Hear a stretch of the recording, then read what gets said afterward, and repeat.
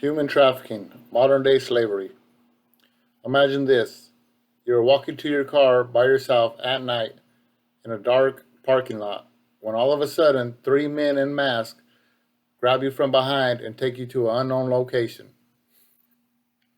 While you are there, you are held hostage and forced to perform work of some kind or even sold as a sex slave. This is true for so many people. The definition of human trafficking is the action or practice of illegally transporting people from one country or area to another, typically for the purpose of forced labor or sexual exploitation.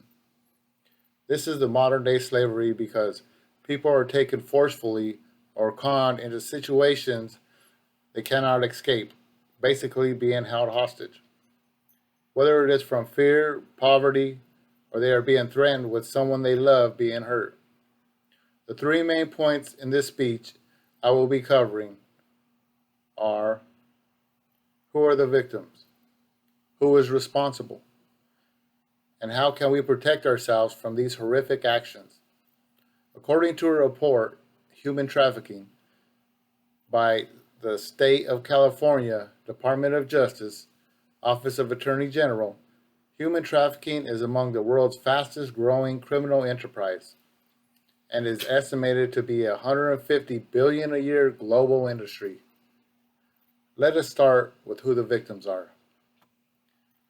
There are anywhere from 600 to 800 individuals trafficked in the US every year. The majority are women and children. I could only wonder how many people are being trafficked all around the world.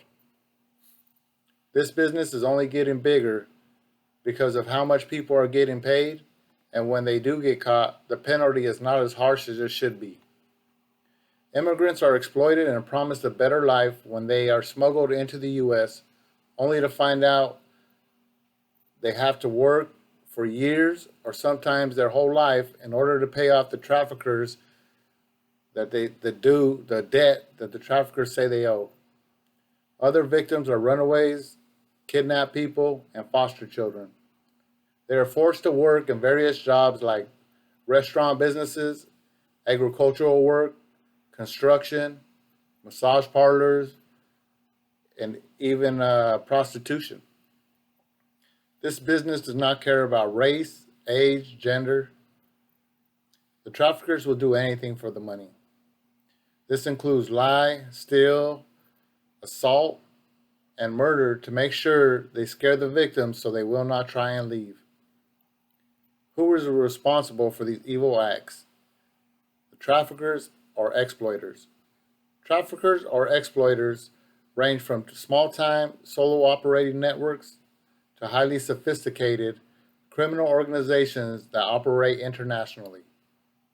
Exploiters choose to trade in humans because there are low startup costs, minimal risk, high profits, and a very large demand. For organized crime groups, human beings have one added advantage over drugs: they can be sold repeatedly. The exploiters of human trafficking include a wide range of criminals and criminal enterprises that organize, implement, and profit from trafficking human beings.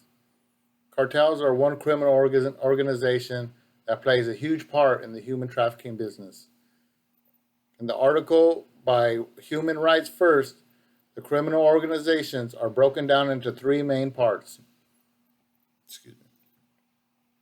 They consist of the recruitment, or the ones that do the abductions, people that transfer the victims to a point of exploitation, and the people that oversee the exploitation.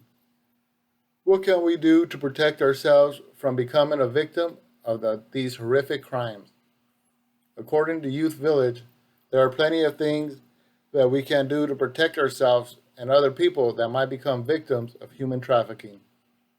I would say one of the most important things is to always be aware of your surroundings. A lot of people these days are always on their phones or other distracting devices and not paying attention to if somebody is following them. Always trust your instincts. If something doesn't feel right, it probably isn't. If you exercise or go for walks after dinner, like my wife makes me. Always walk with somebody. Do not trust people so easily. The traffickers will set traps using women and children to lure you out of your car so they could take advantage of you.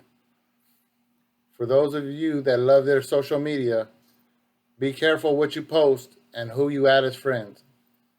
You should turn off your location on your settings and only make posts visible to family and friends. If you can track your phone, you should always have at least 2 or 3 family members tracking your phone. Always meet strangers in public places. You must always be ready for anything and do not freeze under pressure. This could be the difference between life and death. You should always arm yourself with some type of self-defense weapon. I personally carry a .40 cal everywhere I go. But if you do not like guns, then you can put some pepper spray on your keychain or maybe even a taser. Anything will help get the traffickers off. Anything that will help get the traffickers off or slow them down so you could get help and get away. If any of this ever happens to you, always yell for help, resist as much as you can, and never stop fighting. Now you know what the human trafficking business is all about and how we can work together to make a difference to help save the victims of this criminal enterprise. So there you have it. I just gave you plenty of information on the international billion-dollar business of human trafficking. You probably have not heard much about it because the news doesn't cover it. I just wanted to inform you and maybe save a life with bringing awareness to my fellow classmates. Remember, if you hear something or see something out of the norm, then report it immediately. Help the victims of this world and speak up. The National Human Trafficking Hotline is where you can go to help bring the criminals to justice and to save the innocent victims of this horrific business. Only you can make a difference of not becoming another number in the human trafficking and criminal enterprise. Thank you.